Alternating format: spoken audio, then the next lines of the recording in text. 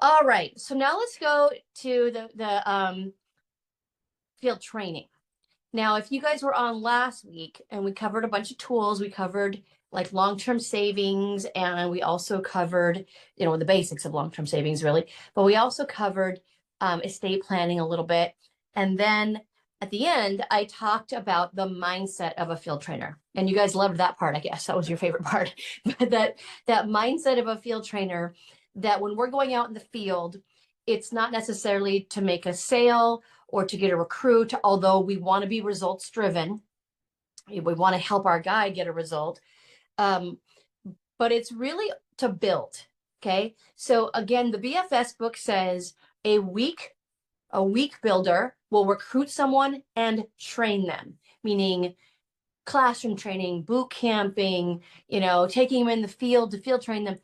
But the strong builder, it's a different mindset. They recruit someone and then build them a business, build them a team. So it's the same amount of work in the field to do a presentation and get an F&A and make a sale. It's the same amount of work and it's the same amount of time to go in the field, do a presentation, get a result, get a sale, but also duplicate yourself. It's the same amount of time. It's the same amount of work. Completely different mindset. Okay. So again, when we're in the field, the most important person there is not the prospect, it is the trainee. It's the trainee. I'm going to go get the result. I'm going to do the same exact thing every time.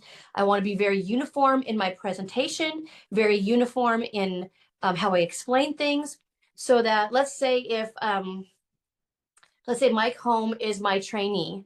Mike's on today. If he's my trainee and he goes out with me 10 times in the field and he sees me do 10 step ones and, whatever I do in step twos and fours and whatever else, he needs to see the same thing every time. So by the fifth appointment, he's like, I can do this. I can totally do this. Right. So you need to be uniform in your presentation and simple in your presentation. It's easy to get into that mode of I want to impress them. I want to be fancy. I want to sound like a know-it-all so that they listen to me. But you are doing your trainee a disservice. The goal should be that the trainee says, hurry up and get out of my way. Like, just get out of my way. I'm ready to go. I told the story, I think last week, or maybe it was an Elite Circle. I don't remember. Been doing so many of these trainings. But I told the story of training Dana Lagatuda. And Dana came aboard and we fast started her. Like I recruited her right there in that step one. The next day we fast started her and Frank together the proper way. We made a 300 plus name list and we made phone calls that day. And we were in the field that night. In her first week, we got 5 units of activity. We got, between recruits and sales, we got her 5. And so she was off to the races. Well, I'll tell you, in like week 2, Dana was saying things like, can I do it now? Can I go and do this one by myself? And I'm like, well, you're not licensed. You have to be licensed first before you can go see a client. She's like, oh, okay. And again, she had to get securities license. So it wasn't like she could just do it in 2 weeks. But by week 2, she was ready to go.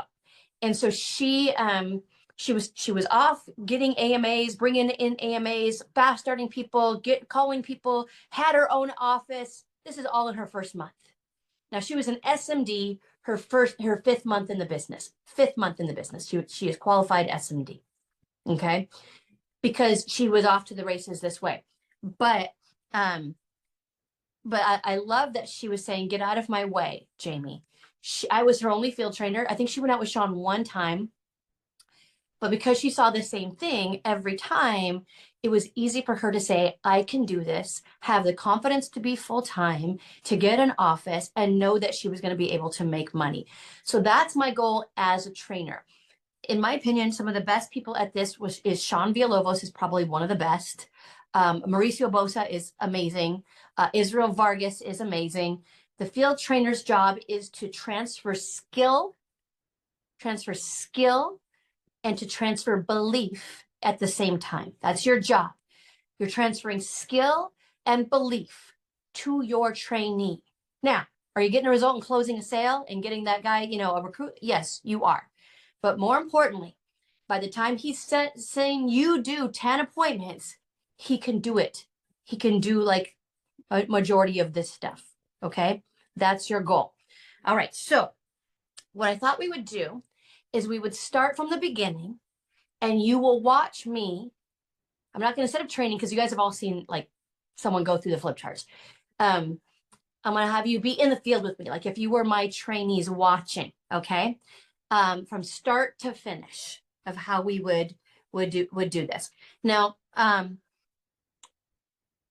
we're going to go straight to the client stuff. Okay. We'll get back to recruiting stuff, but I want to go straight to the client stuff, like from booking an appointment to closing a sale, because I feel like a lot of you guys, that's where you're, I don't want to call it a weakness, but you're timid maybe, or a little unsure of yourself, is actually step 5. Yes. Would you guys agree with that? Actually, probably a lot of you step 3 too. The fast start, but we'll get to the recruiting part. But I want you to watch me do the client side of what we do. Okay. Now, remember we talked about every appointment starts off with a step 1. So whether this is a client appointment, a recruiting referral, whatever, we all start off the same. Okay. So if it was a referral to me saying, hey, Jamie, this person wants one of those tax-free things like you did me, I'm still going to do step 1 when I start with that person. I want to try to get the recruit too. If it's someone that said, hey, my friend wants to join the business with me, I'm still going to start off at step 1 and I'm going to let the prospect lead. If it's they have no idea why we're on, which is a lot of our appointments because we do the project script in our hot market mostly, then guess what we start with? Step 1 is all the same, okay? So presentation is presentation is presentation is presentation. Whether that's going to be live, virtual, group, one-on-one, in the home. Last night I did, let me see. I'm going to look for that message from Louisa. So last night I did a BPM, group virtual BPM. I don't know if Amanda or Vince or Louisa is on. Do you know how many guests were on that thing last night? I don't know, but I was edified. And then I just started in step 1, went through step 1, and I said, which one are you guys interested? Put it in the chat. Okay, there's 29 guests on. That's awesome. 29 guests on and some teammates. And I said, put it in the chat. Are you interested in this, or both? And people put both. Probably a bunch of trainees put both. That's probably what happened. But I got this message afterwards. She said, hey there, thanks for tonight. The team was really fired up. I got 21 referrals, woohoo. Plus we have 16 appointments scheduled. This is from one of the MDs that had some guests on there. We have 16 appointments scheduled with a bunch of follow-ups pending. The team is excited with a burst of activity. I'm focused on driving 2 more legs deep from tonight. Stay tuned. So good. Okay. So, but if you ask those guys, I just did step 1. Then they said both. And I said, okay, let me show you a little bit more about what we do. And then we'll go into more of the business side. Fair enough. And I went into step 4 because I wanted them to see more, like before we could talk about recruiting, they have to know what we do. So I went over step 4, then it ended with step 2. And that's typically how I'll do the live presentation. Okay. So enough with live presentations and BPMs. Now it's about you in the field, mostly virtually, with your trainee. And so today I want Mike home. Neil, can you highlight Mike? I wanted to have a couple be like a trait, like a prospect, a husband and wife prospect. So I asked Mike and Sarah Thurston to be my prospect. And then Mike Home is their upline. So I figured I'll just have him be the trainee, right? So is your wife on, Mike? I thought she would really like today's training. Okay, so Mike's my trainee. He's very new. He just started in this business. He doesn't know anything. Okay. And so Mike and I are going to book some appointments. Okay. And I'll probably talk to Mike a lot about what that looks like. So Mike,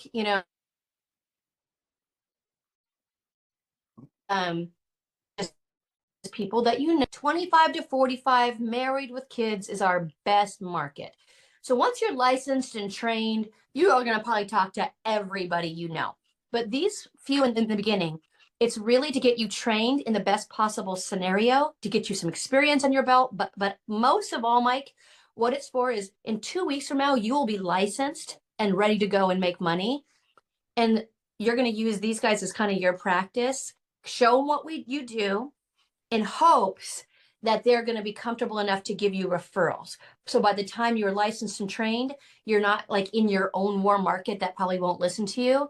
You're hopefully in friend of a friend, unknown, unlimited markets. Does that make sense? Yeah. Okay. So again, don't worry about who's interested in the business or who, would be the best, recruit or sale or who needs it. But that best market, typically these are people that have a lot of trust with you, best friends, family members. And again, it can be scary to kind of show people what you do, but you want people that will probably be supportive of you. So who are you think maybe the top 5, 10? I want you to see at least like 3 or 4 or 5 appointments. So probably have to call about 10 people to be able to do that. But who do you think are the top, like maybe 3 or 4 or 5 people that you'd want to share the business with first in hopes that maybe they can spread the word? Yeah. Sarah and Case and Thurston. Sarah and Kaysen. Okay. And how do you know them? Good friends of yours? Just friends, yeah. You known them for a while? Yep. Okay. Who else? I would say Troy and Lexi Meyer. Troy and Lexi. Again, good friends or family? Yep. Okay. Good friends, yeah. Okay. And I'll probably proceed to go through and get 5, 10 names. Okay.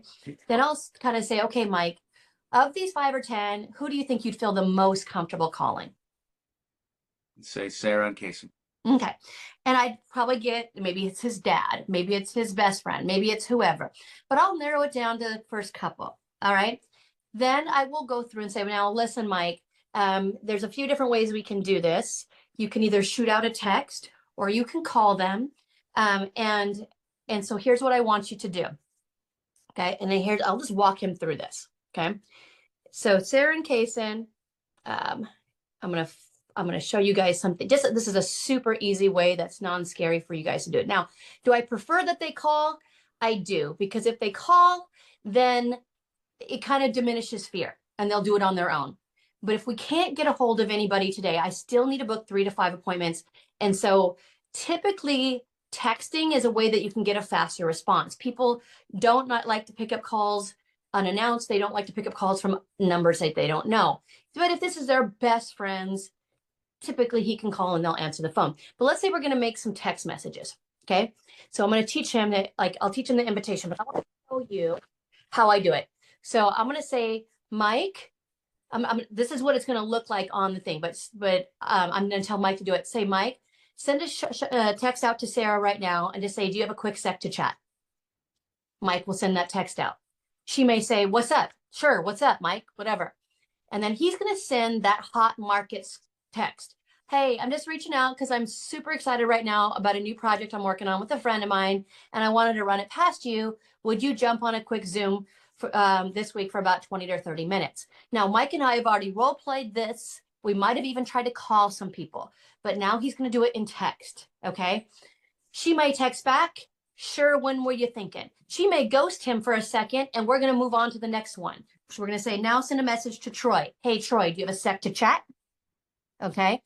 But let's say Sarah gets back to him. Sure. When were you thinking? And I say, well, text her back. Say Wednesday or Friday. See which one works better since Thursday's Thanksgiving. Does Wednesday or Thursday or Friday work? She says Friday would be good. Perfect. After work, maybe around 6:30, or would later be better? She texts back. 6:30 works. Great. What's the best email to send the Zoom link to? This is typically nowadays how majority of appointments are booked for the top 5. Okay.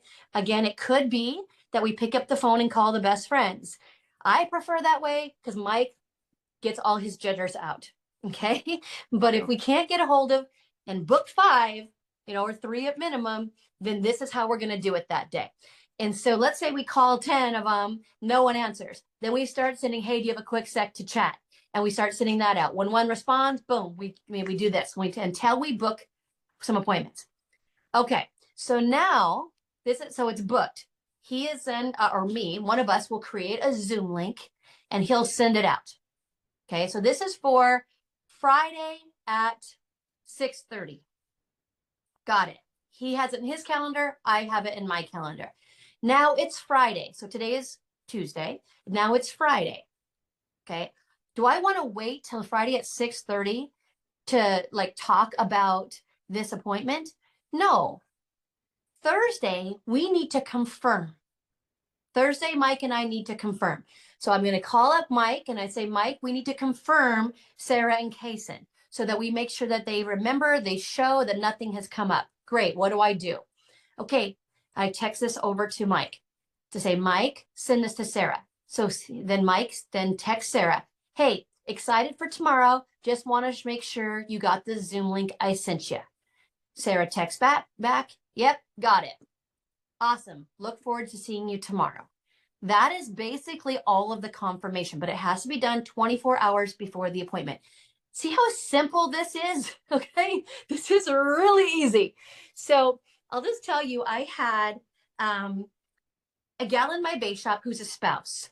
And she said, I want to start helping out more. I want to start booking appointments because my husband's kind of having a hard time with some stuff right now.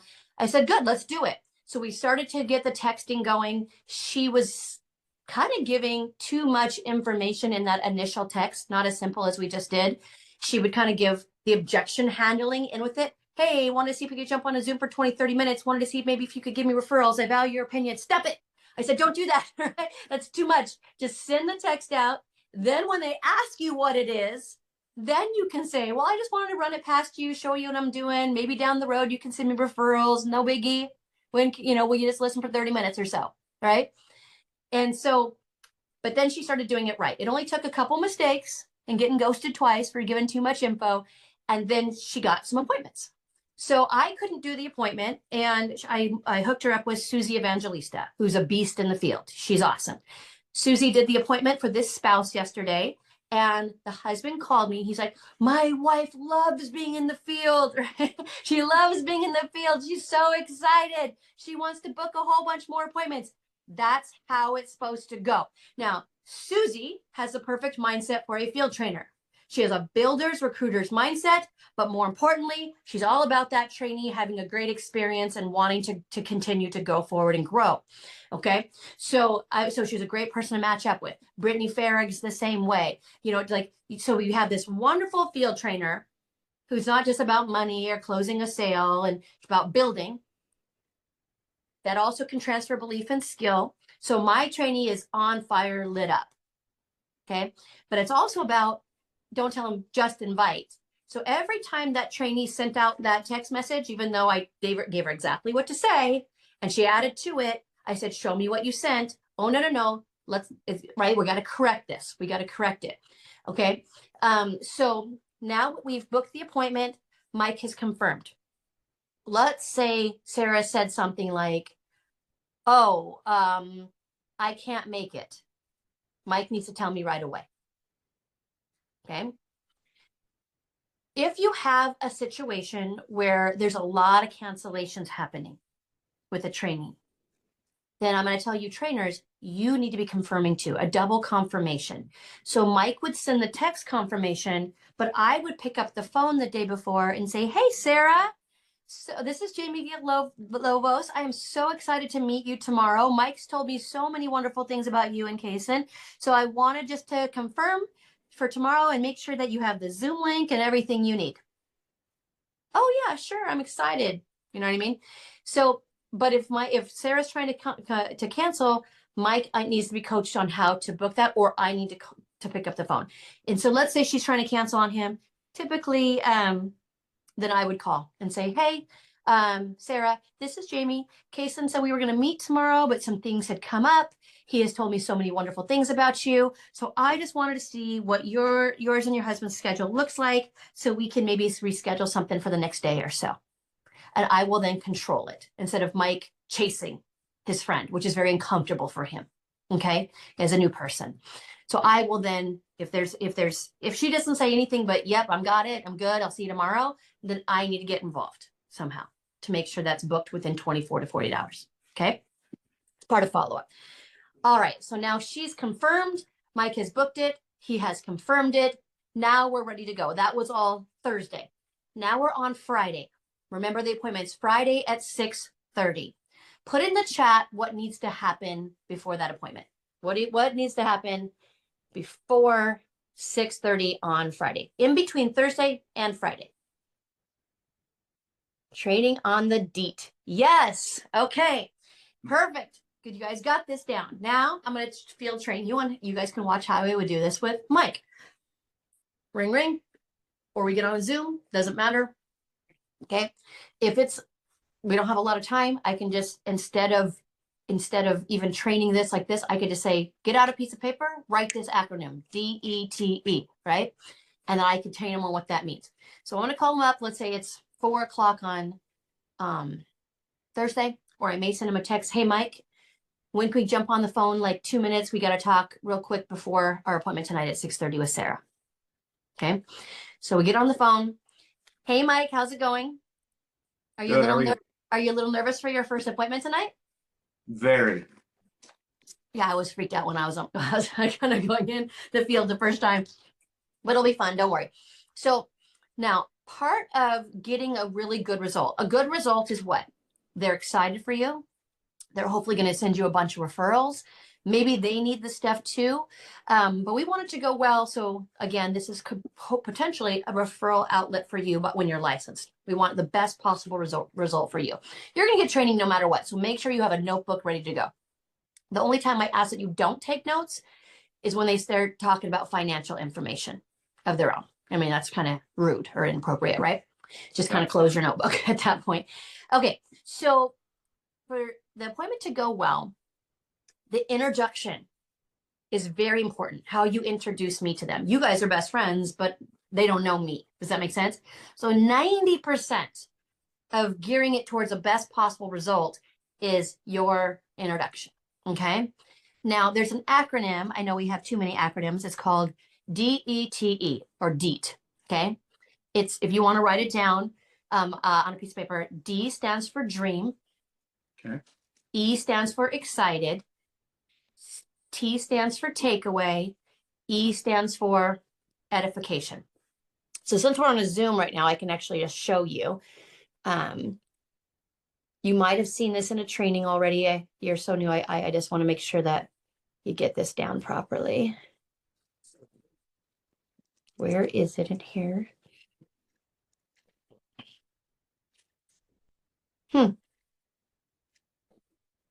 It's not in here. Neil, it's so weird. It's not in my. It's under presentations. Yeah, I'm in presentations. It's not in there. So weird. It's disappeared. Oh, here it is. Found it. Gosh, everything's so jumbled in there. I told you last night it's really jumbled. Mhm. Okay. So okay, so here's what it looks like. Okay. So this is how you'll introduce me. Okay. And it doesn't take long. You don't have to, spend 5 minutes on this, just maybe two minutes or so. Okay. So when we jump on, we may say hi, small talk. Hi, Sarah. Nice to meet you, whatever. Okay. But I need you to start. And you're just gonna like introduce me to your friend. It's real easy. But I want you to say something like, hey, Sarah, let me tell you why we're on today. And then you're going to talk about their dream. And let me tell you what that means. Like you might say, hey, Sarah, you know how you've always wanted that new Corvette? Well, I found a way for you to get one. Okay. That might be her dream. But what do you suppose Sarah's dream is? Like, what does she talk about? Does she talk about like wanting something really bad or her dream or the future at all? What do you guys talk about as far as that goes? She talks about having more time to spend with her kids and getting her husband out of construction where he Okay. can be home more. Perfect. Now I write that down. I'm taking notes here. Okay. But I'll say, okay, so then when you get on with Sarah tomorrow, you may say something like, hey, Sarah, you know how you're always talking about wanting more time with your kids, that your business doesn't allow that, and maybe wanting to get your husband out of construction so that you guys can, again, spend more time as a family. Well, I might have found a way for you to do that. Okay. So we want to open with talking about what's in it for them. Okay. Then that's it. It's simple. And then you just say, and I'm so excited. I'm so excited about my future. Or I'm so excited about this business I'm working on, whatever it is. Just show that you're excited. And then you do a little takeaway. Because again, we don't want them to think we're just trying to recruit them or sell them, because that's not what this is about. We want them to really be paying attention so that they feel comfortable at the end referring you. So the takeaway looks like this. And maybe it is or isn't for you, not necessarily for you. It's no big deal. But, maybe at least you'll see what I do so that you can refer people to me down the road. And then you want to edify me. And the term edification means to strengthen or to build up. Okay. So they don't know me. You're the one with the relationship. So you're going to edify me. So you may say, and I'm so happy because today you're going to hear from Jamie Villalobos. She's a successful entrepreneur. She's super busy, has businesses coast to coast, best-selling author, mom. I super respect her, whatever it may be. Does that make sense? So I want you to have this deep thing. You could either screenshot it right now, Mike, or you could, again, have your notes in front of you so that when we get on tonight at 6:30, you can literally just look at this and have like a cheat sheet. Does that make sense? Gotcha. Okay. So let's role play at least a couple times based on like Sarah's example. Okay. So I'll do it one more time. Hey, Sarah, kind of I want to show you why we're on today, or tell you why we're on today. You always are talking about, wanting to have more time with your family and be able to retire your husband from getting him out of construction. I found something that I think you're going to love. And I have never been so excited. Now, I don't know if this is for you, probably not, maybe, I don't know, but at least you'll know what I do. So hopefully you can refer me to people as I'm growing my business. And I am so happy today because you're going to hear from Jamie Villalobos. And Jamie is like someone I look up to so much. She's a super successful entrepreneur, very busy. And I'm so glad she took the time tonight to help me, train me, and help me get my business off the ground. So I'm going to turn it over to her if that's okay. And I'm going to learn. Does that sound good? Okay. So do you want to try it one time, Mike? Sure. Cool. Go ahead. Yeah. Hey, Sarah. You know how we've talked quite a few times about you having more time with your kids and getting Kason out of construction and just having more freedom in your life. I found something that might give you the opportunity to do that I'm excited about. It may be for you, maybe not, but you'll at least know what I'm doing. And I want you to meet Jamie. Jamie is somebody that's done and accomplished all of that. And so I want you to meet her, and she's been mentoring me and teaching me how this business works. And we're in business together. Excited for you to hear from her. Perfect. Oh my gosh, you nailed it the first time. So now and usually how it works is, you might have to role play that a couple times. What I kind of like to do is once he nails the one with Sarah, I might do a couple more if he's really new. How about we pretend we're doing Troy and Lexi? What's their dream? So I maybe role play a couple times when it's first time. Now here's the key, you guys. The key is this. That's his role play with Sarah and Kason. Now, next week, when we do his dad and mom, we're going to role play before that appointment too, because they have a completely different dream, and see different prospects have different feelings for that trainee. So one person might be the best friend and he's like, "What's up, bro?" And he's fine doing the edification. But the next night it might be with his uncle and he's very nervous to do that appointment. So we still need a role play and go over the dream. Or we might get on with the cousin 2 days from now, and he blanks because he doesn't know that person's dream. And then he says something about, how I've always been wanting more time with my kids. I found a way for me to do that. And so it's making it about himself instead of about the trainee. So we role play before every appointment. It really only takes a minute. You probably are going to do this at least for your first 10 appointments, at least, if not every one until they're on their own. Okay. If they're nailing it every time, I just might text them beforehand. Let's say we've done 6 appointments and they're nailing it every time. I might just text them, "Hey, what's so-and-so's dream for the appointment tonight that I'm doing for you?" "Oh, it's they hate their boss and they want to have their own business." "Cool." Or, "Hey, they want to buy a pickup truck." I don't know, right? Cool. And so, all right, so you got this one? Yes. So if they're nailing it every time, you may just make sure that they know it and they're good to go and you got this, blah, blah, blah. Okay. So, but we want to make sure that every single appointment gets a proper DEET done. Okay. So once I feel he's good to go on that DEET, and I tell him, have it in front of you, in front of your computer, they won't be able to see that. Sarah doesn't know that you're looking at a cheat sheet. Okay. All right. So now it is 6:30 on Friday night. Okay. So we're going to get on our Zoom. So Neil, if you could highlight Sarah. Okay, son. There they are. Hi. No babies? Oh, yes, she's everywhere. She is here, there, and everywhere. Okay. Hi, Sarah, Kason. So nice to meet you. Nice to meet you Nice too. to meet you. We've heard good things about you. Mike, do you want to maybe like give a quick introduction? Yeah, for sure. Sarah, this is Jamie. Jamie, this is Sarah and Kaysen.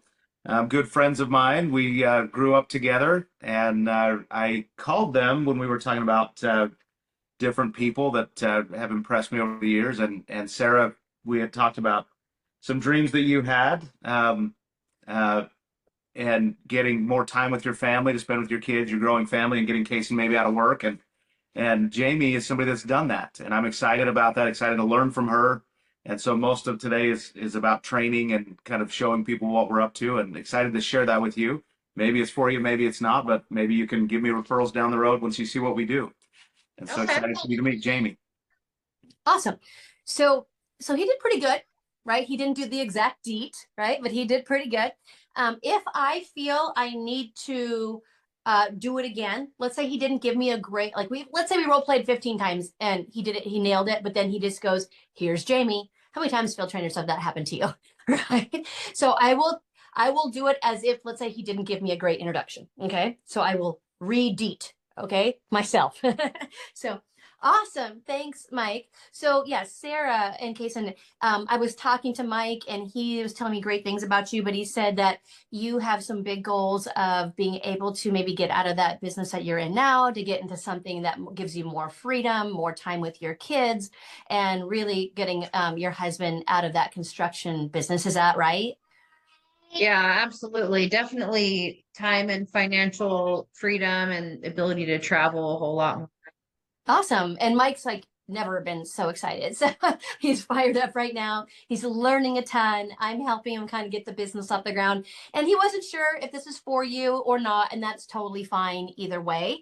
But maybe as we're kind of going through here, you could at least be kind of thinking of people that you could possibly be referring to him on two ends. Maybe because we are expanding like crazy right now and we need good people that can go out and serve and help people with what we do. So people that maybe want to have multiple streams of income, a side business, or make a career change and have more control of their time. But also for people that maybe need the financial education that we're going to talk about today. Does that make sense? Yeah, totally. Yeah. Okay. And I've been doing this for 25 years. And, I have businesses kind of coast to coast and have helped, tons of families across the country. But Mike, like I said, he is now kind of, I'm taking him under my wing and helping him to become a successful entrepreneur here over the next 6 months of training. Does that sound good? Yeah, for sure. All right. Well, I think we'll probably just start off giving you maybe a little bit of introduction of who we are and what we do, if that makes sense to you, because I know you didn't know a ton about us. Is that right? Yeah, I don't know anything about you guys yet. Okay. All right. Awesome. And so what exactly do you do now? I know Mike's in Kason's in construction. What do you do? So I'm a coach right now, and then I also work in What kind of medicine. coaching? Like what kind of coaching? Relationship coaching and just general like helping people step into the life they were meant for. Wonderful. I love it. I think you'll if you do decide to take a deeper look at this, I think you'll probably fit right in. But Okay. so how long have you been Interesting. doing that? About 12 years. Oh, wow. Okay. And it's something that you enjoy? Yeah, very much so. Love Oh, but helping it's people and helping people, yeah, just get more of what they want. okay. So it's more like a self-employed, it's kind of trapping you as far as hours. You don't have a lot of time freedom. Yeah, so if I want to grow it, it's really just us. And so Mhm. when we want to take a trip with a group or when we want to put on a retreat or have coaching clients, if I want to grow it, it means more hours always. And so Yeah. there's not There's not really a time. system that runs it for you. And okay. Well, No, it's doesn't just me. if nothing else, we'll probably be able to kind of give you some tips and help you on that. We do a lot with entrepreneurs that way. So, all right, well, good. Well, I'm excited for you guys. Well, let me kind of just jump in and show you a little bit more of us, a little bit of introduction to who we are.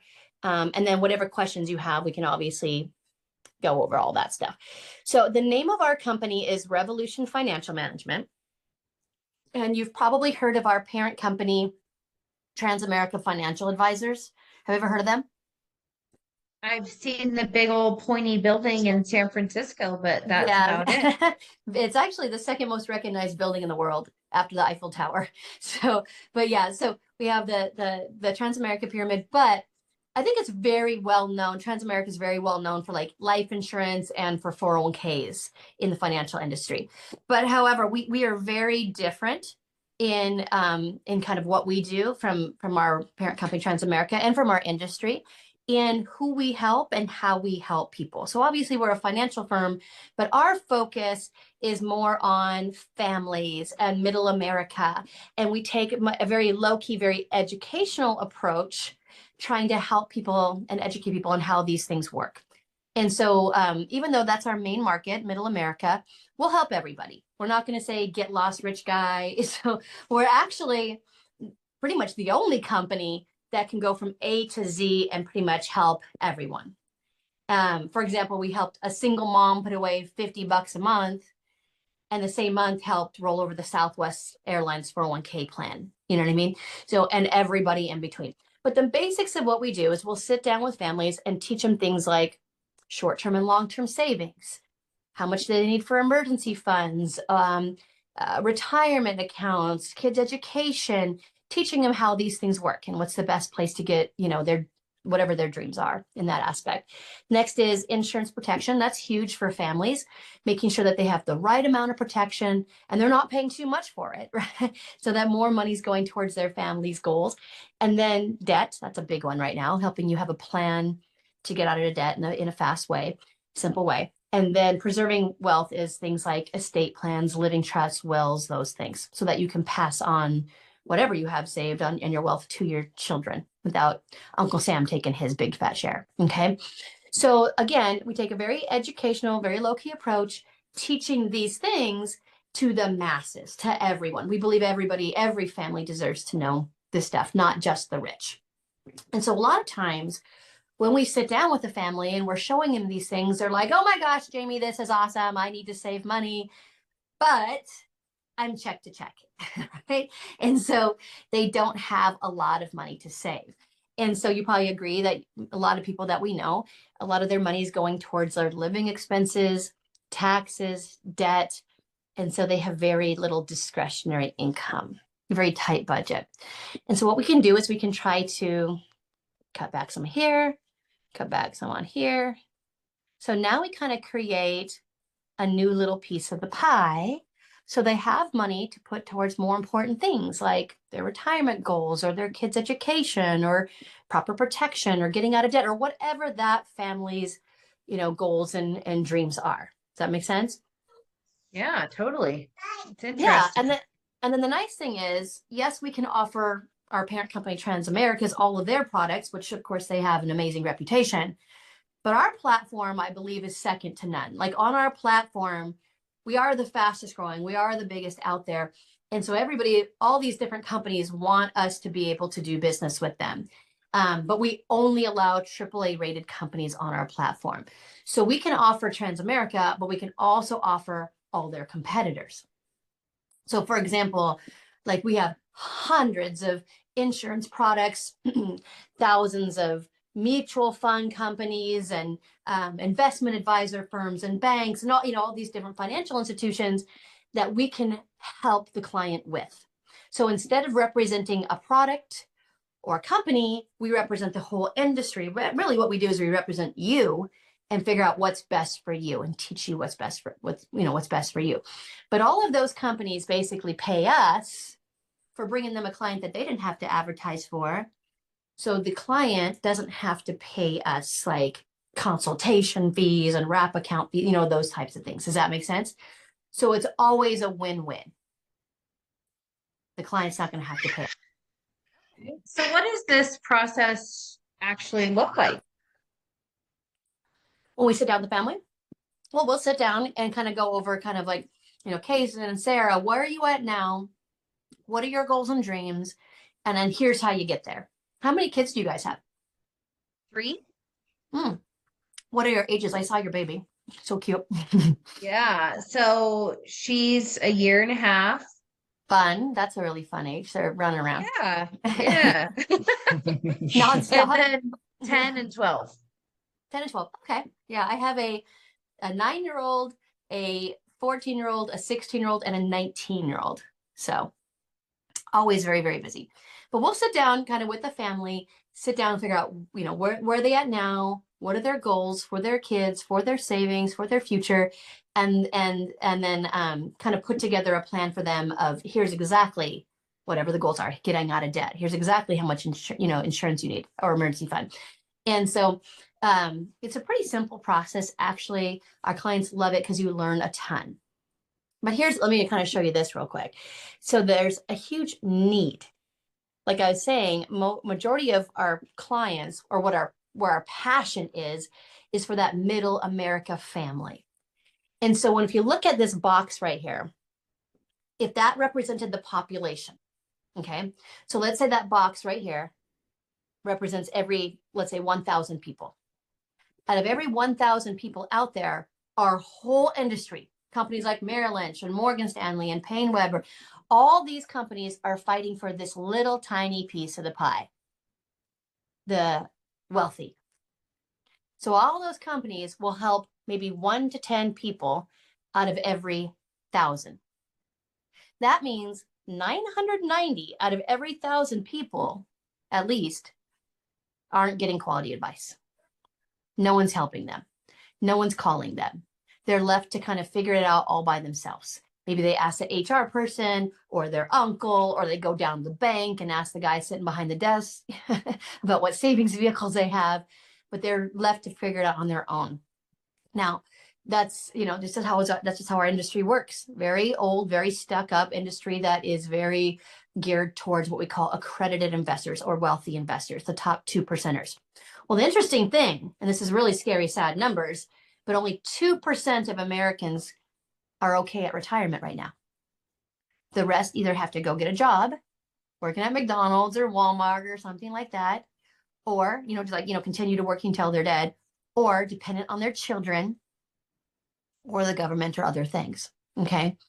And so again, we'll help everybody, the low-end clients, the high-end clients, but our passion is for this middle America family. That's where we love to spend our time.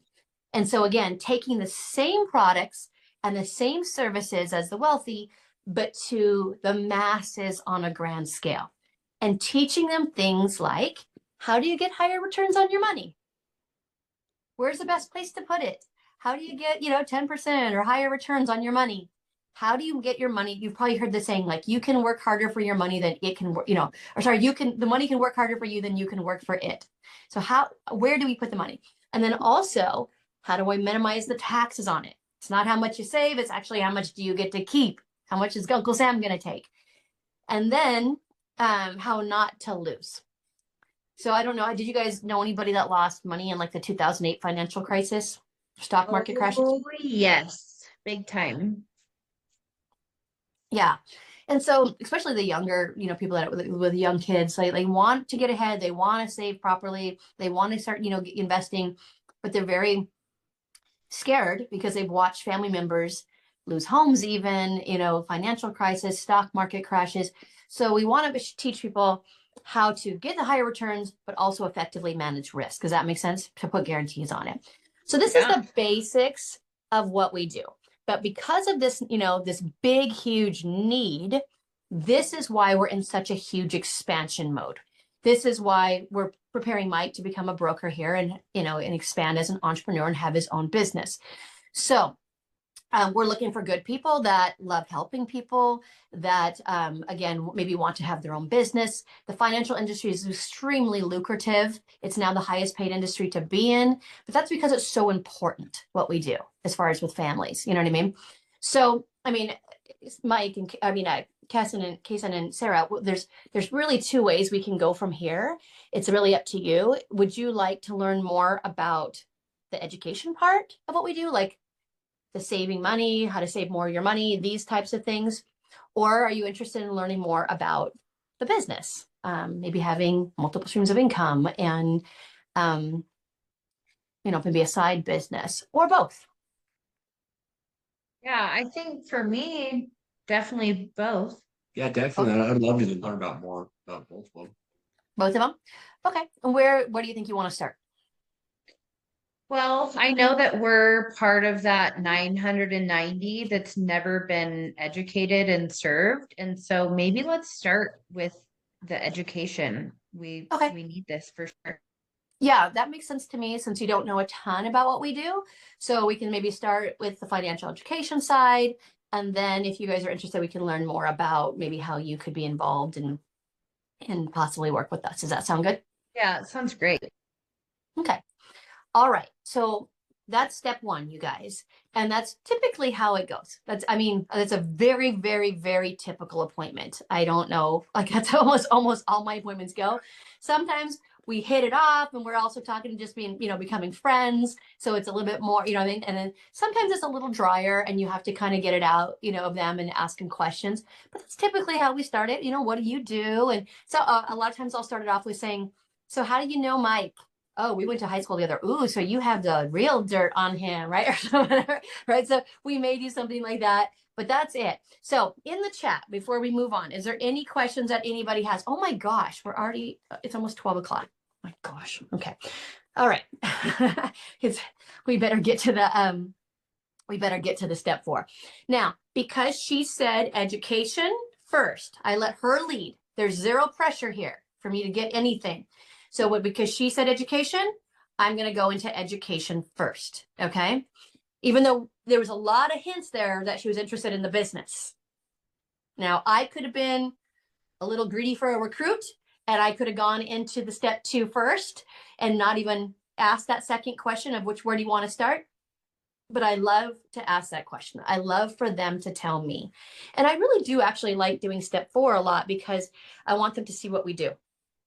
But I really do want, if you saw, we're doing step 4, but can you see how everything I did in step 1 was leading towards the recruit? Selling the dream, telling her, oh, you'd be good here. You catch all those things that I did. Like, man, if you decided to take a deeper look at this, I think you'd fit right in. Just things like that. Okay. Someone said, is there a good way to ask for their dream for the DEET if the trainee hasn't acquired it before the appointment? The trainees typically, this is their hot market. They're going to know something that they want. It doesn't have to be their big dream. It could be like they want to have they want to get out of their apartment and get a house with a yard for their kids. Do you know what I'm saying? Like it can be simple. It could be, I want a Corvette. It could be whatever. Okay. Okay. So let's go now back to Sarah and Kason. I'm like, okay, so let me kind of just show you how we help families. Okay. So guys, one of the things that we start with when we sit down with a family is we go over their FIN number. Now, Sarah or Kason, either one of you ever heard of FIN number? Or do you know your FIN number? No, I have no idea what that is. Okay. So, you'd be surprised. Even people that have a financial plan, a lot of times their guy kind of just came in and told them where to put their money, but didn't really do a lot of the education side, right? But the FIN number is your financial independence number. And we believe every family deserves to know their FIN. Okay. And that's kind of like your goal. A lot of people are starting to save money, like in, let's say, a 401k or another savings vehicle. But who cares if they're saving money if they don't even know how much they need? So you need to start with what's the goal? There's a good quote from Yogi Berra that says, if you don't know where you're going to end up somewhere else. Okay. So I can't tell you how many times, Sarah, that I've sat with like widows and older women and they say, oh, I have this much money in my 401k, but they don't even know how much they're going to lose when they take it out in taxation. So we want to figure out what's your goal. And so you might say, in 5 years, I have a goal to buy this dream home. Or you might say, and when my kid is 18, I want him to go to the University of Hawaii. Or you might say at 65, I want to retire with 100 grand a year income. That's the goal. And then we figure out and back engineer the accumulation phase for you. How much do you need to save a month right now to be able to reach your dream? But then also what a lot of those companies neglect to teach you is the distribution phase, how to take it out and avoid the taxes so that you can keep more of it. Okay. The best places to put it so that you can keep more of your money. And then of course the transfer phase means being able to pass it down to your kids without Uncle Sam coming in and taking all his estate taxes out of it. Okay. So we'll do that for you. But before we do that, I want to just teach you these basics of building wealth. Okay. So you're going to thank Mike for this part at the very least. Okay. This alone will be worth your 20, 30 minutes. Okay. So there's 3 things that you need to build wealth. If you want to be wealthy, these are the 3 basics. Okay. It's kind of like if you want to be healthy. If you want to be healthy, you need what? You need to get enough rest. You need to eat healthy enough, eat right, and you need to get to exercise somewhat. If you neglect any of those 3 for too long, your body's you're gonna pay the price, right? So a lot of times people will have 1 or 2 of these things in place, but again, since they don't have a real financial planner, a lot of times they're neglecting one of those things, and long term, you're gonna suffer in your wealth accumulation. Does that make sense? So these 3 things for being wealthy, one is the rate of return and time that you're invested. And then there's risk and taxation. Okay. So let's talk about rate of return. Let me teach you this part. Have you ever heard of the rule of 72? No. No. Okay. It's chasing the baby. Yep. She has to have her jacket on right now, she says. It's funny. So the rule of 72 is a formula that Albert Einstein figured out. You remember Albert Einstein? The E equals MC squared, crazy hair guy. Okay, so what it looks like is this. You take the rate of return you're earning on your money, whatever that is. It's like 1% at the bank or 10% in your mutual fund, but whatever that number is, and divide it into the number 72. The answer is the number of years it takes for you to double your money. So now the first time I heard this, it was like way over my head, but this is a really good illustration. And I think this portion alone of what I teach you is very life-changing. So again, like I think you'll thank Mike for this education. But let's say you have a 29-year-old guy and grandma gives him $10,000. Okay. And she says, don't you touch this. This is for your retirement. You keep it someplace safe. So he goes down to the bank and he gets a 1% savings account at Chase. Okay. 1% divided into 72. Let's take off this percent, but 1 divided into 72 is 72. Make sense? So 72 years later, that 29-year-old will be 101 years old and he'll have doubled his money to 20 grand. Is that pretty exciting, Kason? Do you think you could retire from construction at 70 now? So think about that. This poor guy went down to the bank. He put it, in their best savings account, and he's dead before he gets his first double. Okay, and this sounds ridiculous, but isn't this what most people do? This is what most of those families in that 990 category are doing. And it's kind of the story of how the poor stay poor and the rich get richer, because the rich people have a team of people working for them. They have financial advisors and stockbrokers and attorneys and all these things, accountants, helping them to properly invest their money and understand this stuff so they get higher returns. So instead of the bank, let's say that same 29-year-old came down to someone like us and we were able to get him a 10% return, now doubling every 7.2 years. Okay, so that same 29-year-old at 36 years old has the same 20 grand. Same amount of money at 36 instead of 101. At 43, he has 40 grand, 50, he has 80. At 72, not even 101, he has $640,000. Now, can that be a better supplement for your retirement, Kason? I think that'd actually be really nice to be able to have that in my retirement. Yeah, I mean, like if you were taking 10% out of that 640,000 to live on, That's $60,000 a year to supplement your retirement. Okay. So Albert Einstein called compound interest the eighth wonder of the world. Okay. It's so the most important, principle here is that you're getting good rate of return and you have more time for all those compounding doubles. Make sense? So if you had one more double, that's, over $1 million. So when do you think, based on this, when do you think is the best time to start saving money? Heck, I think right now, really. Right away. Actually, it's kind of like right after you're born, right? The sooner the better, to get as many doubles as you can. All right. So again, the first principle of building wealth is to, again, get more time on your side and the highest possible returns, right? But then you might say, but Jamie, the higher the return, the higher the what? Yeah, typically risk if you're trying to get 10%, I mean that can get pretty risky, right? Right. So the higher the risk, meaning maybe it's in the stock market, maybe I could lose money. Well, there used to be only two kind of places to put it, right? So you could put it in the bank or a fixed account, earning crap, being broke in the end, or the stock market, and you're riding the roller coaster in a mutual fund or stocks or 401ks and going up and down. And that is scary and that is risky. But now there's things called indexed accounts, not to be confused with index funds, but index accounts, how they work is you put the money into this account and it's mirroring like an index, like the stock market, like the S&P 500, for example. And if the market goes up, you make money. But if the market goes down, you're locked in. Your gains are locked in. You cannot lose. When the market goes up again, you go up. But when the market goes down, you don't participate in any of that. You are locked in.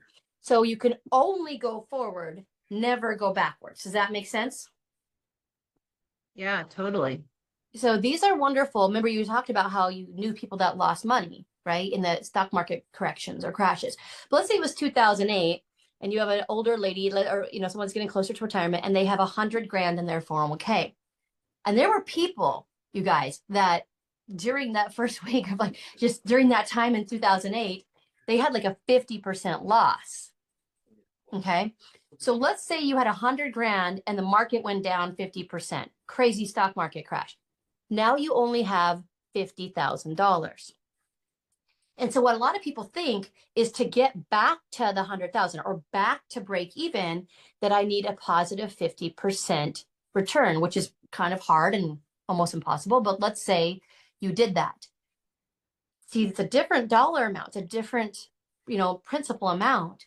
So a 50% gain on this only puts you back to 75,000. To get back to break even, you need to have a positive 100% return. So in 2008, those people that lost so much money, most of them, to get back to break even, it was all the way till 2020, till the pandemic, to break even. So you can understand how important protection is, risk management, having guarantees. Do you get that? So it's almost just as important as higher returns. Right. Yeah, it makes me nauseous to think about that.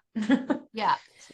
So again, you want to get the high returns, but you also want to have some types of guarantees. Make sense? And then the last piece here is taxation. So Sarah, Kaysen, there's basically three places you can put your money. There's taxable accounts, tax deferred accounts, and tax-free accounts. Which one sounds best so far? Tax-free, baby. Tax-free, Of course. definitely. Of course, right? So of course it's better. Okay, well, taxable is things like checking, savings, stocks, bonds, mutual funds. Things are just basically simple, naked looking accounts that don't have any tax advantages, don't have any protection on the or tax advantages on the back end. They're liquid accounts. So these things are great, like savings accounts, for example, are great for your emergency money. Totally liquid.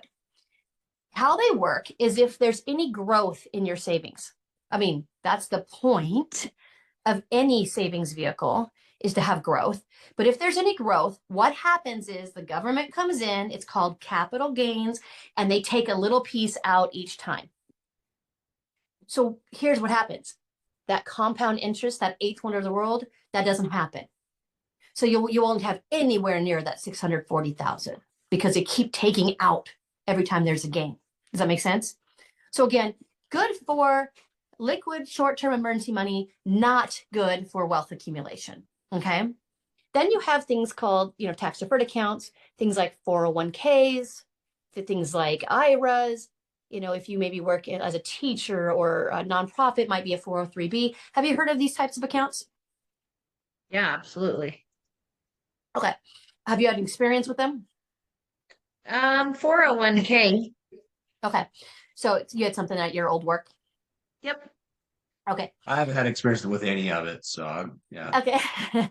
Yeah. Well, good. Well, so how these work, and I'll just explain in a simple way, is let's say you put your money in that 401k or that individual retirement account. That's for people that maybe don't have a corporation, to put the money in. So that they work for. So how it works is you put the money in and it grows tax deferred, meaning they don't have that capital gains along the way. So in the end, you would have more money. Let's say that's 640,000. Okay. Challenge with it is in the end, and they have a 59.5 rule. You're not allowed to touch it till you're 59.5. If you take it out prior to 59.5, you have a 10% penalty. So you have whatever your tax bracket is, let's say that's 30% plus a 10% penalty. Does it make sense? Every time you take the money out. Okay. So let's say you're past 59.5, you're retiring, you still have to pay taxes on every single penny coming out of these tax deferred vehicles, 401ks and those things. So, let me just explain it to this way. It might be more simple. Let's say you're a farmer. I don't know if you do gardening or farming or anything ever, but let's say you're a farmer. And let's say you go down to the store, the feed mill or whatever, and you get your little bag of seed and you pay your taxes on that little bag of seed. Would you rather pay the taxes today on this little bag of seed, or would you rather wait till it's the gigantic crop that you're harvesting and pay the big taxes later? Would you rather pay small taxes today or big taxes later? Definitely smaller taxes, less money to the government is a-okay with me. Right. And so this is how these tax deferred things work. You don't pay your taxes along the way. They want to wait till you have your whole life savings and tax you every penny coming out of it. Okay. And the problem with this is, if you look at the word tax deferred, your taxes are deferred till when? Till you're old and you need that money the most, and you're on a fixed monthly income, and you have no more, business or, income for your lifestyle, and you have no idea what your taxes are going to be because we're deferring it to a later date. We don't know who's going to be in the office. We don't, White House, we don't know who's going to, what they're going to raise taxes to. So we're deferring it to totally an unknown completely tax bracket, which can be scary. So I don't like these at all for the wealth accumulation, unless potentially it's like a match in your 401k. There are some cases where it can lower your overall tax bracket. But really, if you're getting a match in a 401k, like you put in $1, they put in $1, definitely take the free money. That's like 100% return, right? But let's say they only match you up to 3%, then only put in the 3%, not right. The rest of the money should be put into something that's taxed never, okay, or tax advantage. Okay, so how these work, Kason, is let's say you get paid and you paid your taxes, when you get paid, you paid your income taxes. So you paid your little taxes like on that seed, and then you invested after tax dollars in here, and it grows all tax deferred, no capital gains along the way, just like the tax deferred account, it grows tax deferred. But in the end, when you take the money out, you don't have to pay taxes on it then. So in these tax deferred vehicles, yes, you may have the 640,000, but depending on your tax bracket, let's say you're between 20, 30, maybe even 50% taxes, you could lose $200,000, $300,000 in income tax in the tax deferred, whereas the tax exempt, you would keep the entire amount that you're pulling out. Does that make sense? Yeah, I mean, why haven't I heard of this stuff? This is crazy. Right. Exactly. why haven't most of those families in that 990 category heard about it? Because our industry is stuck up working for people that are what we call accredited investors. And again, education's not their objective whatsoever. Okay. But here's how it goes. Like, if we're doing this, again, let's recap. What we want to try to do is show people how to get the highest possible return with the most, protection and guarantees on it with the least amount of taxes. So guys, if I were to show you a way to get, like, let's say double-digit returns, possibly 10% returns with no possibility of loss on your money and not have to pay a dime in taxes, how many people do you think would want to know that? Yeah, I think a lot of people would want to know it, and most everybody needs to know it. Yeah, I Of think course. everyone that I know needs to know it. That's for sure. Okay. Well, let me ask you guys, of these, where do you guys usually put most of your money? So some in a 401k, and then the rest just sitting in the bank. Okay. Yeah, So mine mostly, is mainly fixed. okay. So mostly taxable, a little bit tax deferred. Yeah. Okay. Well, you're not alone. Most Americans are in the same boat. They start this way and work this way, where the wealthy start over here on this end, try to get as much tax free as possible and work that way. Does that make sense? Yeah. Okay. So what I can do for you is kind of go a little bit more about your goals. What stood out to you the most today? What would you like? What is kind of intriguing to you? Yeah, I would say the ability to grow our money and maybe not have to work forever. That would be cool. How about you? To actually start a savings and having it actually work for me instead of just sitting there. It feels like it's collecting flies along the way. So I'd love to be able to, Okay. have that surety. And also too, I work in a hazardous environment. If I get myself protected and all that stuff. So if anything does happen to me, my family's taken care of. Okay. So what I can do is kind of just go over some of your goals and short-term goals, dreams, and then we can kind of show you what's the best things out there for you and where maybe there are some holes in your in what you have now. What are some of your like short-term goals? Like emergency fund, debt, anything like that that's important to you? Yeah, I think both of those, like a specific emergency fund instead of just like having a willy-nilly pool of money that we just use how we want to. And then definitely debt for sure. Perfect. That's a big thing for me. It's getting out of debt. Awesome. So now let's just pause here and stop. So you guys saw a step 1 and step 4. You guys saw me transition into taking the FNA. I just transitioned into taking the FNA. Okay. So you guys saw a lot of closes in there. I hope that you were taking notes on the closes. Okay. You saw a lot of closes. If we bring this back up, I show you a couple things. Okay. If you noticed, I said there's 3 things. I'm keeping it simple. Okay. So that they know that this is not too overwhelming. I went through it very slowly. Of how do I explain it to them? But then when I was done, I recapped each part. All right. I said, so one of the biggest things is high returns. Then I moved on to risk management. When I was done with the risk management, I said, okay, so there's higher returns and guarantees. Then I moved on to tax free. And then I went over this and then I went back and recapped again. So again, there's high returns, but guarantees, but also understanding tax advantages.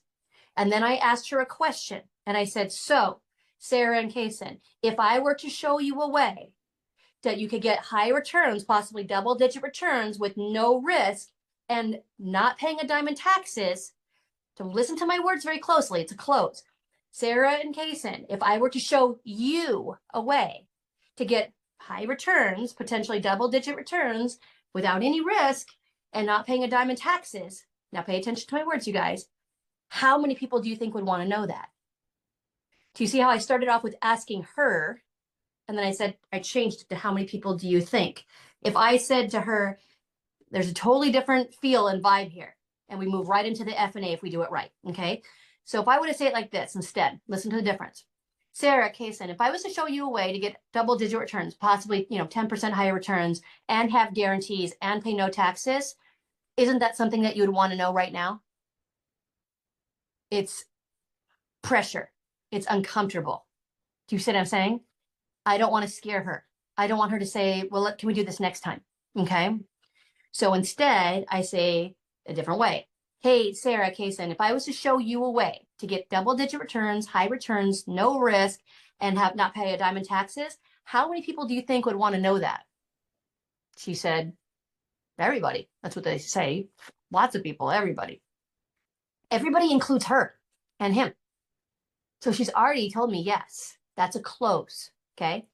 Then I said, okay, well, let me ask you, of these three things, where do you put your money? And they almost always say mostly here and a little bit here. I say, great. Well, you're not alone. Most Americans, here's my next close. Most Americans are in the same boat. They start this way and work that way, where the wealthy start this way and work this way. So what stood out to you the most? What do you think are your biggest concerns? Debt, savings, having a plan, whatever. I don't care what they say. Okay. Then I say, okay, let's say they said debt. I say, okay, what is your biggest concern there? Is it mostly credit card debt? I just start on the plan. Trying to get rid of this, and my iPad's messing up again. Okay. Neil, this thing is so dumb. I can't get, my iPad's frozen. There we go. Okay. There we go. And so then, I go into what her interests are. She says debt. I say, okay, is it credit card debt? And so I have my F&A out in front of me, and I made flips to start off with the debt page. Tell me a little more about that. Or, I really want to learn more about children's education, my education. Okay, tell me a little bit more about that. And then once the biggest interest that they tell me, and we have a short discussion, I say, okay, well, I'll kind of get an idea of some of your goals. And then I will kind of show you next time we get together, I can get back together and kind of show you what's out there, what's right. And then I start saying, so tell me about your short term, how about, emergency fund, blah, blah, blah. And I start gathering the F&A. Okay. So the next time we get together will be, I'm talking to you guys now, not to Sarah, but the next time is next Thursday. And then I will go through, starting with Sarah and Kaysen again, gathering the F&A, booking the next appointment, and the close. Okay. But I had to get through all the booking of the first appointment and getting to the F&A. Okay. So next Thursday, get your people on, we'll gather the F&A and deliver the solution, the close. Okay. So hopefully that was helpful. Go ahead. If you have to jump off. But if anybody has questions, I will answer them. Okay. Carmi says, does anyone have an F&A that we can print for clients to have a paper copy? Yeah. I mean, I don't do anything on the computer. I have this. So I have this, and when I run out of them, I print more, and I have Benny staple them for me. Benny staples my F&As and files them for me. So I always have a full drawer of these, but you could do the same thing if you want to give it to a client. I do not like to do computer F&As. I do not want the client to see the F&A on the screen. I know some of your leaders do that. That's their prerogative. I do not. I like to have it right here in a paper form, and I have that on all of my clients. Okay. All right.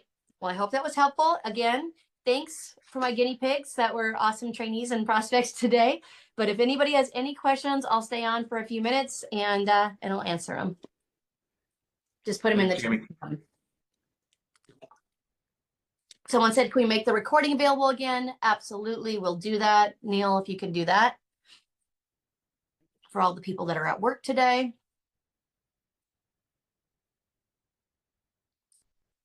How long does each of your steps last? So step one typically lasts about 5 to 8 minutes. Again, maybe a little bit longer if I'm doing a lot of rapport building and the deep maybe takes a long time or something. And then step 4 is probably about 8 to 10 minutes. And then gathering the F&A. Okay. Someone said very simple. Can we get a copy of the printed copy of the F&A? Neil, can we put the FNA copy that I use? Send it to me first so I can make sure it's the right one, Neil. But and then can you put it on the Telegram app so everybody has what Sorry, we use? what'd you say? I'm on a conference call. What'd you say? Oh, the FNA. Can you send me a copy of the FNA first, and then they want it on the Telegram app, the FNA, Oh, okay. Yeah, that's fine. the printed one. Do you not mention WFG or Aegon? I typically don't. I typically don't mention Aegon or WFG. You can. I think it makes my presentation longer. And if I can get the same result with less words, I'm a big fan of simplification. Would you do a DEET in a text? No. No, I like to do that on the phone or Zoom. Yeah, no. Do you ever have people shocked that you, the trainer, are on the call? No, if the DEET's done well, we get on right away. We explain that. Okay, Tommy Solano saying that FNA is also in the agent toolbox on the RFM website. What is the password, Neil, or somebody for the RFM website? I can't remember, right? So if you go into the toolbox, there it is, 5830. So yes. Now, someone Hardy is saying, do we have a script for step one? We do. Who can put the script for step one on the Telegram app?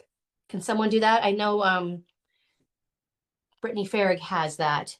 How do you handle resistance to giving the FNA info?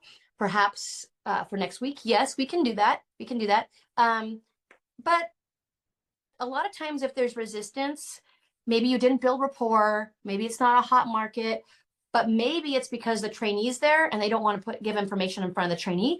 So I would address that. I'd say, if you'd like, we can do this without Mike on the call, just in case you're uncomfortable. And that's totally normal, right? He was here for training, but we don't have to do this with him here. If you're doing an appointment on your own, how do you do edification? I love that one. So same thing.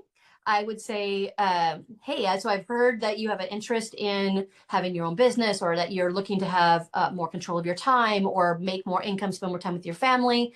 And whoever referred me, I'll say they're very excited right now for me to share this information with you. They weren't sure if it's for you or not, and that's okay. But they at least want me to show you so that you could possibly improve your life, but also maybe send referrals over of people that you may know. And then I would edify myself as best I could. I was like, so since you don't know me, I'll kind of give you a little introduction. I've been doing this business for 25 years, have offices coast to coast, in a great expansion mode right now. We've had a high degree of success training new agents, whatever. So I just have to edify myself. It's awkward and it's not as good, but what you can do is whoever referred you, whether that's a client or a trainee that's not on the appointment, could text edification. Oh my gosh, you're meeting with Jamie today. She's a best-selling author. She's an incredible entrepreneur. She's the one that's changing my life. She's an amazing family woman, but she makes, whatever. Okay.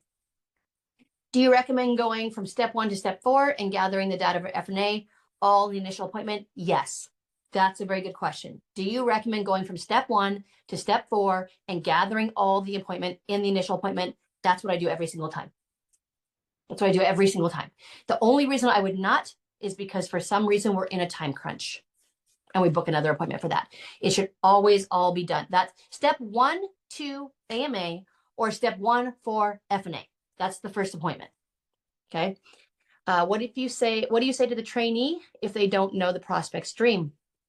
I really brainstorm. I'm like, let's think a little harder, because sometimes the trainee, like, I don't know my dad's dream. I'm like, he's your dad. What does he want? What does he want? What did he talk about? Just like, dig a little bit deeper. Okay. And help them to come up with something. If it's a cold market, that's a different story. Okay. If it's cold market and they just prospected them and they say, the reason why we're on tonight is because when we met the other day, I saw that you're such a hard worker. You're so good with people. Now we're going into qualities instead of dream. Okay. But it's still about them. If a client would like to complete the FNA themselves, are you allowing them to do that? Absolutely not. And I don't like when trainers do it. I don't match up with trainers that let the client fill it out. It's just I don't match. As soon as I find out that a trainer has the prospect filling out the FNA, I no longer ever match up with them. Okay. Do you have a script for step 4? I do not. Let's ask Brittany Farrig if she does, because she tends to have all the scripts. Where can I find the recording of the past training and this one? Neil, can we make the past training still available and then put this one out there?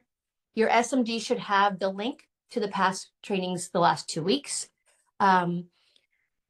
What if you don't know the prospect stream because they're connecting after many years? Same thing. I think I just answered that one.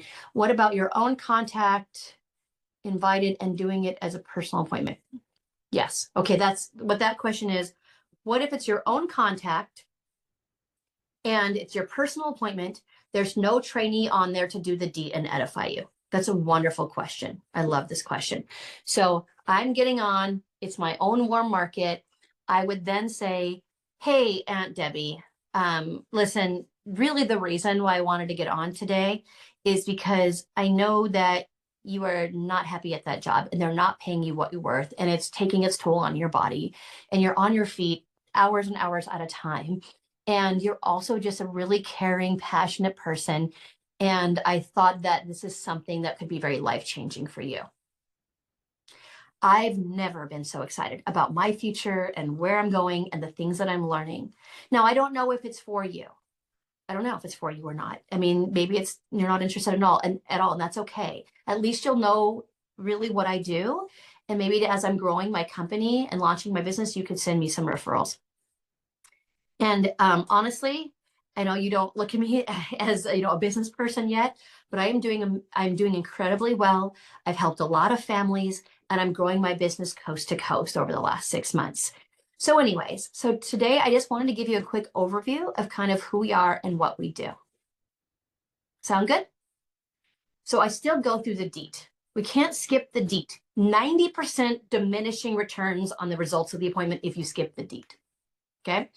How do you reconcile that with the text of 20, 30 minutes for a quick Zoom? How do you reconcile that? What do you mean? So 20 or 30 minutes, okay, we got 5 to 8 minutes on step 1. We got 5 to 8 minutes on step 2.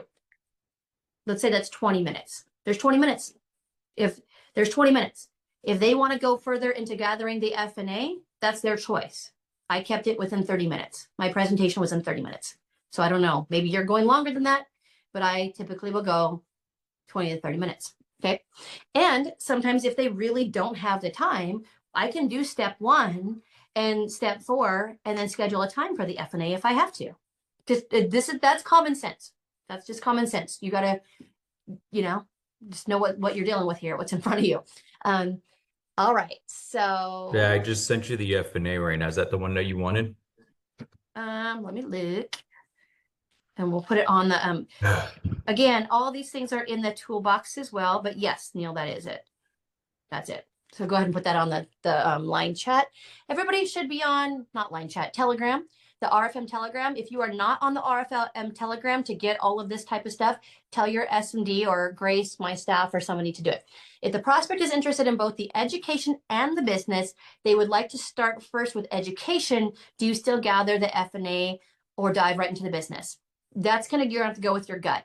A lot of times I usually will, it depends. It depends. Like sometimes I will go through the step 4 and then go back into step 2 because they're really interested in the business. Sometimes I'll do the FNA and book another time to do the business stuff. It's totally up to you. Because I, again, am not a salesperson.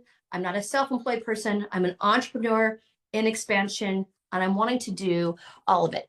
Andrew and Brittany said they posted the scripts. Did you do that on the Telegram, guys, or did you just do that on this chat? Because if you could put it on the Telegram too, that would be good. Okay. Step 3 would be the FNA, right? No, step 3 is the fast start. So step 1 is who we are, what we do. Step 2 is the business opportunity, the recruiting presentation. Step 3 is the fast start. So I've recruited them. Now I'm fast starting them. Step 4 is the financial education. And step 5 is the sale, the solution, the close. Okay. All right. I think I went through all the questions. You guys have an awesome Thanksgiving. I appreciate you guys. I'm so grateful for your friendship. I'm grateful to be in business with amazing people like you. Sean and I really truly have a very blessed life because we get to be in businesses with people that we care about, that we love, that uplift us, that make us better, that make us want to grow all the time to be better leaders and deliver more for you. I hope that you guys will have a really